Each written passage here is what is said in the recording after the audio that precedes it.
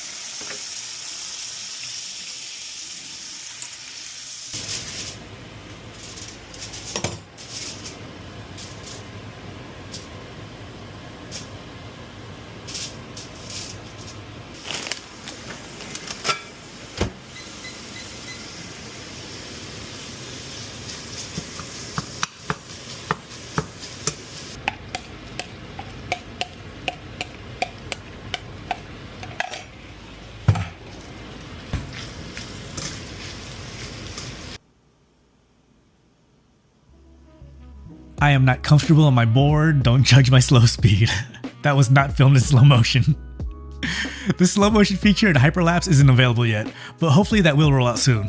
So while I was out, I filmed 17 minutes and 36 seconds in 1080p at 60 frames per second. I started with a full 100% charge on my Gen 2 Metas and edited at 63%, which I think is pretty good.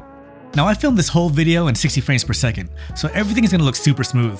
You're definitely going to want to film in 60p when doing fast-paced action like sports, or when there's going to be a lot of camera movements. It's going to look much smoother and more fluid in real-time playback than at a lower frame rate like at 24 or 30p. You might also want to film in 60p when you want to slow down the video, especially when you're dropping it into a lower frame rate timeline. For example, you can slow the 60p footage down to 50% on a 30 frames per second timeline. I saw that some people had the 5-minute video length option. I don't have that, but I'm hoping that rolls out to everyone soon. I also hope they bring the 15 and 30 second filming length options to the Gen 2s as well. I have a lot of things that I want. But yeah, just wanted to show real quick the 60 frames per second update on the Ray-Ban Metas. Alright, I guess I need to start working on a list on the things I want from Meta. See ya.